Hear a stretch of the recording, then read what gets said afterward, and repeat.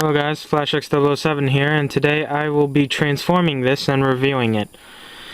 So basically, without further ado, let's begin.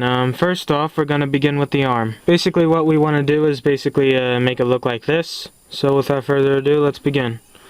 First off, hold on.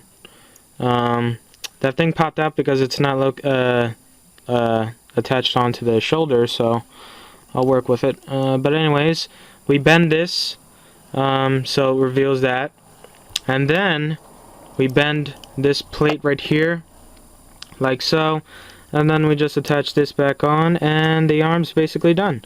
And then hold on a second while I do that. Then the final process is to basically make it look like this. So when it attaches, it's basically gonna look like this. So now moving on to the chest. For the chest, it's actually pretty simple. You pop these out like so. So basically, these are not locked into the chest anymore. And then carefully, you push this down like so, and there we have it. So basically, the head's like that, and it reveals a little thing that you can put the rifle into, and then you just bend this 90 degrees like so. Pretty simple. And actually, you can use this to reveal the cockpit. So, pretty nice. The cockpit now fully drops down. But that's still frustrating in mobile suit form. So now moving on to the legs and the waist. Okay, so next up for the waist, it's pretty simple. We do this.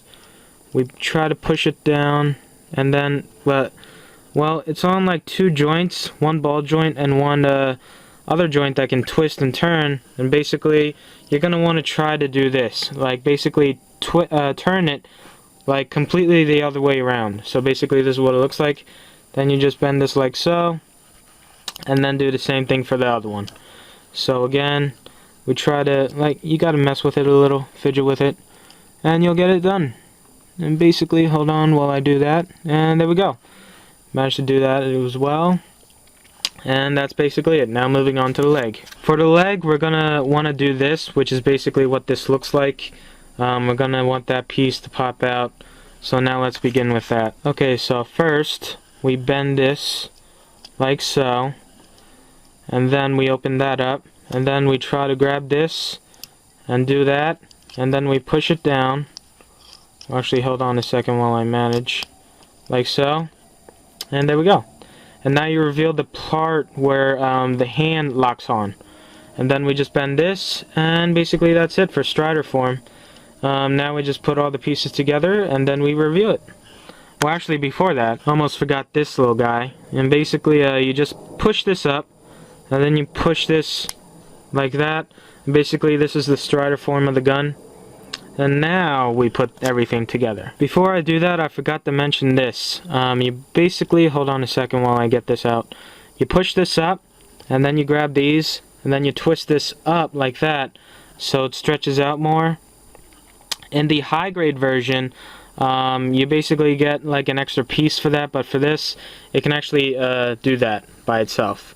So that's pretty nice, and I forgot to include that. So now we put everything together, and this is what the leg looks like, more or less. Before I move on, there's one little extra.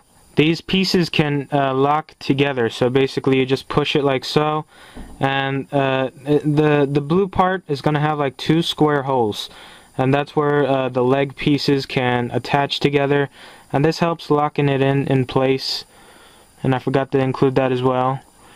So basically you just lock that around and it can work. Okay, and basically this is what it looks like all put together.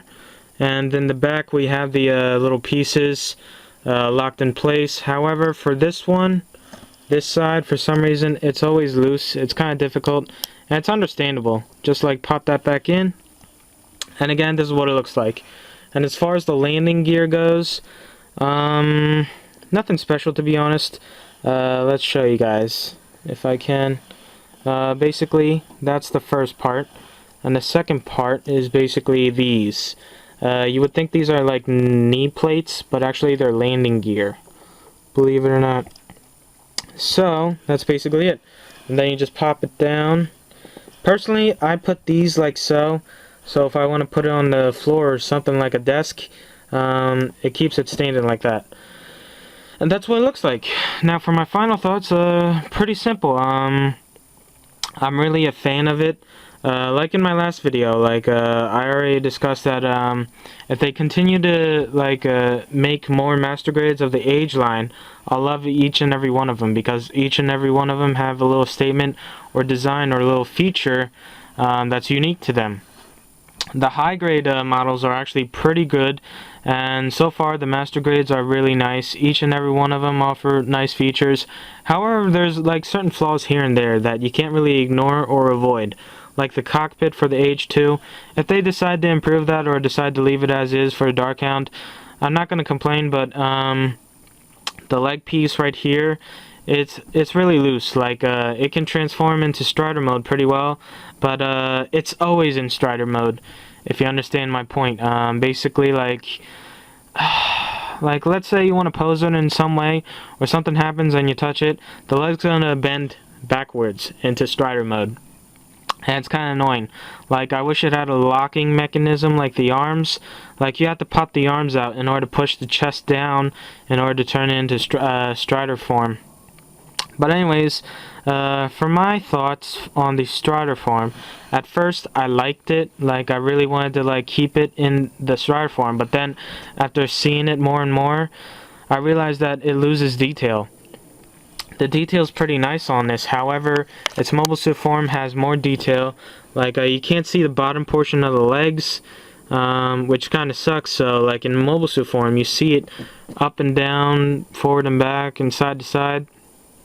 So the detail's there.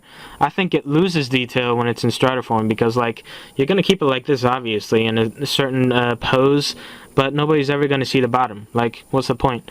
So anyways, I think the mobile suit form is really good. And the Stryder form is nice as well.